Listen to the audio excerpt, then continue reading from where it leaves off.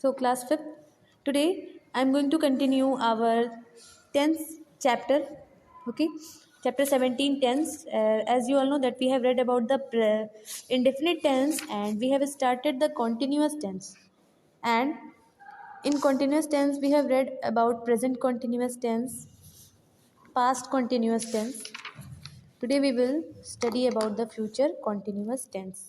So let's see how we make the sentences in future continuous tense and what is future continuous tense.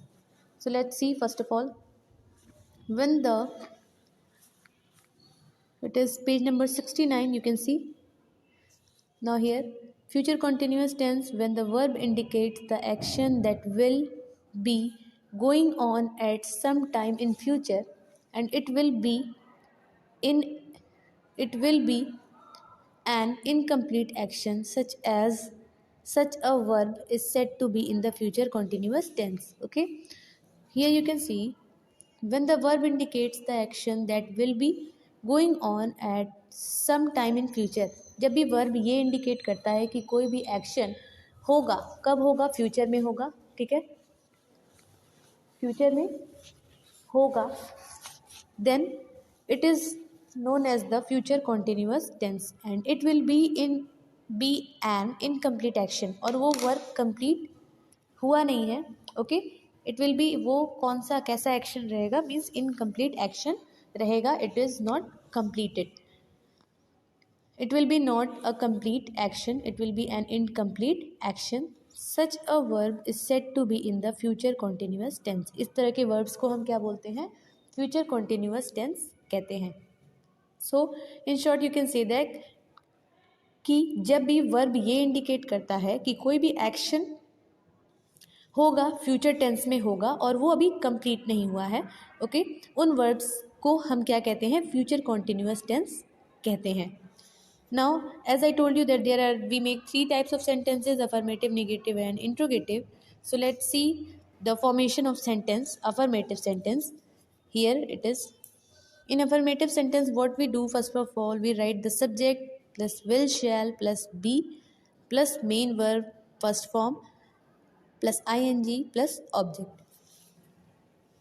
Now here you can see that I shall be singing a song, ये sentence है. According to this rule subject will be first. Here I is written, I shall, I के साथ हम हमेशा shall का use करते हैं. Okay, I and we के साथ हम shall का यूज़ करते हैं. shall be singing a song. Okay, मैं गाना गा रही होंगी. Next we shall be singing a song, हम गाना गा रहे होंगे. ओके, मीन्स जो सेंटेंसेस वो सेंटेंसेस जिनके लास्ट में रहे होंगे, रही होंगी ये वर्ड्स आते हैं उन्हें हम क्या बोलते हैं, we call them the future continuous tense, the sentence of the future continuous tense. Like here you can see that we shall be singing a song, हम गाना गा रहे होंगे. You will be singing a song, तुम गाना गा रहे होगे. Okay, next he will be singing a song, वह गाना गा रहा होगा. Sita will be singing a song, Sita गाना गा रही होगी. Children will be singing a song, बच्चे गाना गा रहे होंगे. तो इन दो सेंटेंसेस, वो सेंटेंस जिनमें रहे होंगे, रही होंगी, ओके, ये वर्ड्स आते हैं उन्हें हम क्या बोलते हैं, फ्यूचर कॉन्टिन्यूअस टेंस का सेंटेंस बोलते हैं. And it is the your affirmative sentence. Okay, because not is not being used in this sentence. इस सेंटेंस में नॉट का यूज़ नहीं किया गया है और आपका ये क्या है, सिंपल सेंटेंस है of affirmative. Okay, it is your affirmative sentence. Now you can see that how अब हम दिस निगेटिव सेंटेंस कैसे बनाते हैं. Let's C negative sentence. You can see subject plus will shall plus not plus be plus main verb first form of the main verb के साथ first form means होता है verb का, means verb का first form use करते हैं plus ing plus object. Okay, we have not to do anything, we have to add simply not between the helping verb and the main verb. Helping verb और main verb के बीच में हमें not को right करना होता है and after that we add be. उसके बाद हम बी राइट करते हैं. Then we complete this rule. According to this, we complete the sentence. Let's see the examples. Like here, I shall be singing a song. मैं गाना गा रही होंगी. Okay. मैं गाना गा रही होंगी. Okay.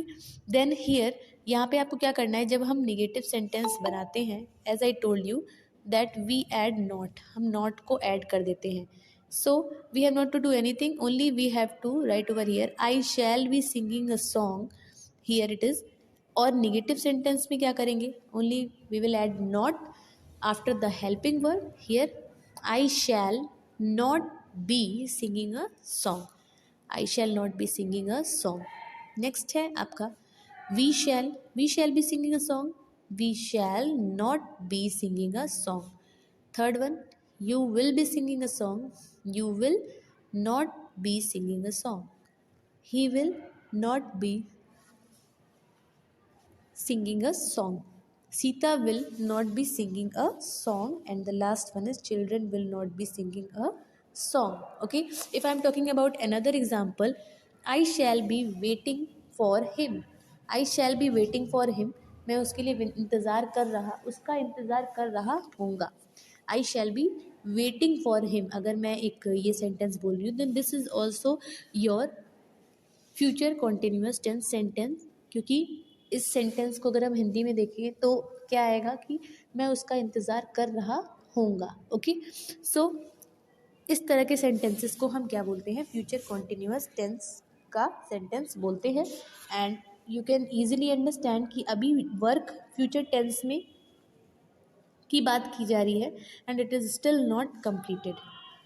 So this was about the negative sentence. Let's see our interrogative sentence.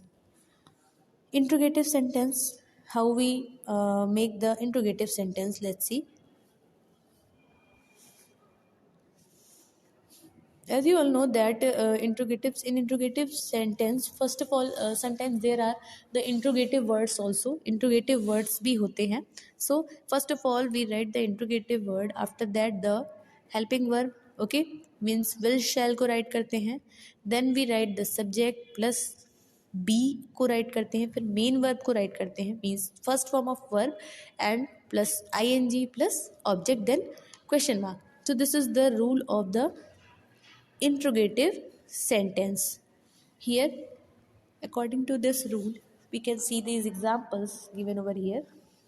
Like, I shall be singing a song if I am making the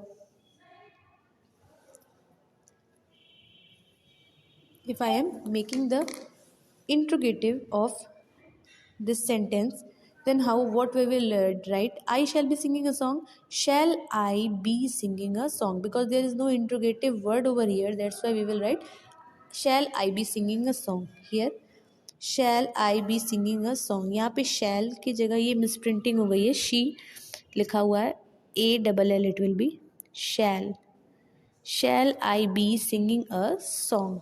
Okay, next, here it is, why shall we be singing a song. Why shall we be singing a song? हम गाना क्यों गा रहे होंगे. So here is your question word. यहाँ पे आपका एक question word है why. So we will write this question word at very first. हम इस question word को पहले write कर देंगे. Here now you can see that the next one is will you be singing a song. क्या तुम गाना गा रहे होगे. Will is your helping verb. There is no question word, that's why we will write will at first. Will को हम पहले write कर देंगे because there is no question word. Next is fifth one. Will Sita be singing a song? Sita will be singing a song, ये आपका sentence था. And while changing it into the interrogative में change हम कर रहे तो will आपका पहले write किया जाएगा. As I told you कि helping verb first में write करते हैं, after that the subject, then be plus verb first form plus ing, after that object, then question mark. Like that we have done over here. Will Sita be singing a song? Next, will children be singing a song?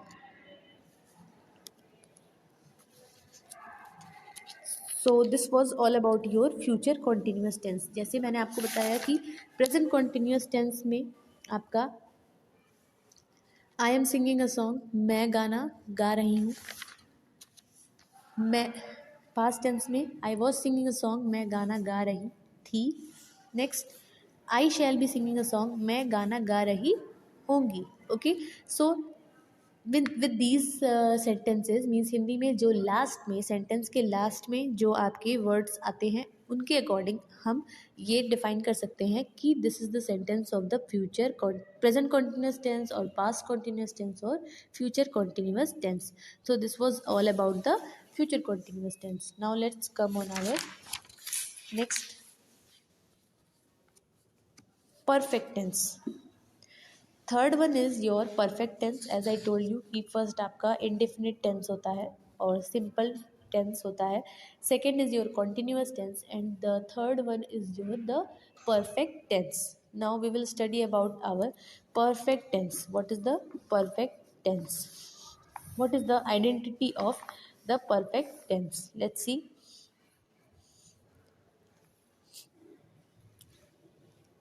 Here it is. Present perfect tense, when the verb indicates the completion of the action at the present time.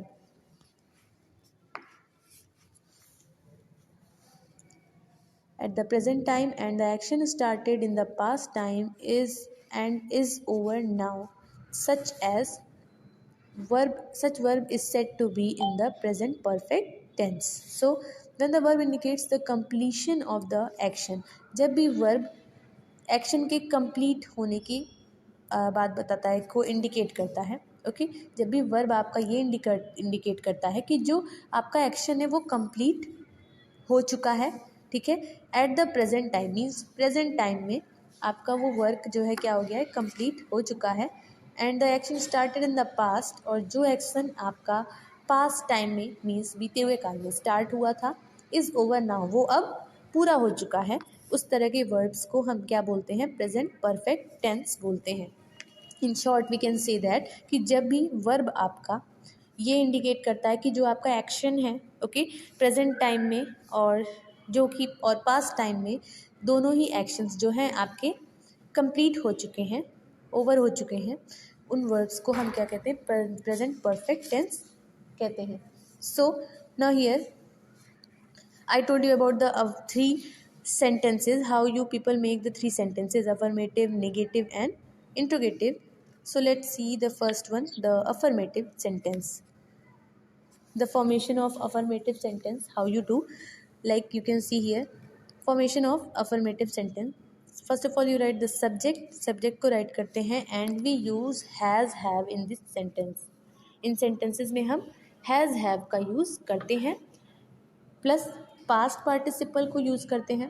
Past participle form of the verb means जो verb का आपका third form होता है उसे हम use करते हैं। Then we write the object, उसके बाद हम ऑब्जेक्ट को राइट करते हैं। Now here some of the examples are given, let's C.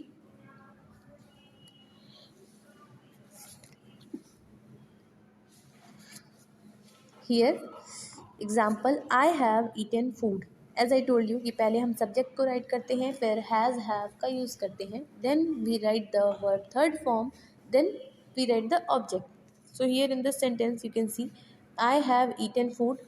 Okay, मैंने खाना खा लिया है।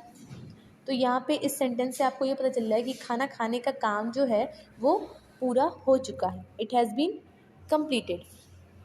आई हैव ईटन फूड, मैंने खाना खा लिया है। Next, I have eaten food, we have eaten food, हमने खाना खा लिया है।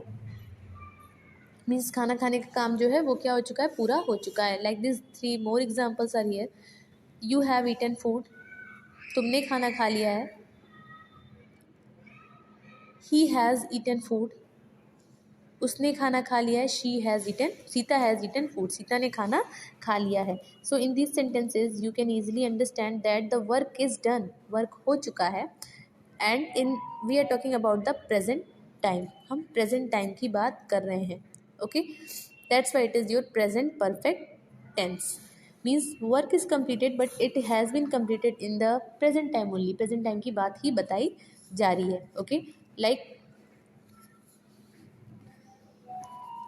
This we can see the second negative sentence also. Negative sentence को कैसे हम राइट करते हैं, लेट्स सी.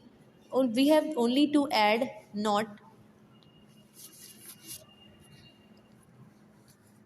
हमें सिर्फ ऐड नॉट ऐड करना है. ओके, सब्जेक्ट प्लस हैव के बाद आपको नॉट ऐड करना है. Okay, after that the past participle form of verb means verb third form, after that object. ठीक है, so subject plus have plus not plus past participle form of the verb means third form of the verb and the object. Like this we can write I have not eaten food.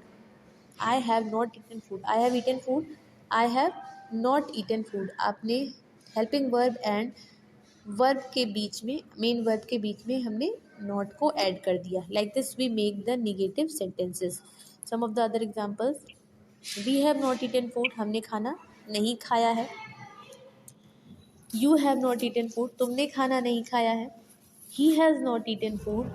उसने खाना नहीं खाया है. Sita has not eaten food. Sita ने खाना नहीं खाया है. Okay, so in this way you can understand that या है, यी है, इस सेंटेंसेस में आपका या है, यी है, ये सारे वर्ड्स आते हैं. Okay, in Hindi. This is the identity of this type of sentences. Next one is your interrogative sentence. Now see the interrogative sentence का क्या rule होता है. As you all know that we write the interrogative word at very first. Interrogative word को हम सबसे पहले write करते हैं. After that we write the has have. Helping verb को पहले write करते हैं. अगर इंट्रोगेटिव वर्ड नहीं है तो हम पहले हेल्पिंग वर्ब को राइट करेंगे. नेक्स्ट सब्जेक्ट को राइट करते हैं. Then past participle form of verb means third form of verb. Okay, like जैसे आपका है डू है तो डू का third form do did done होता है. ओके, डन इज देयर तो डन राइट करेंगे. ओके, मैंने अपना होमवर्क कर लिया है. I have done my homework. If I am talking about this sentence कि मैंने अपना होमवर्क कर लिया है. Okay, I have done my homework.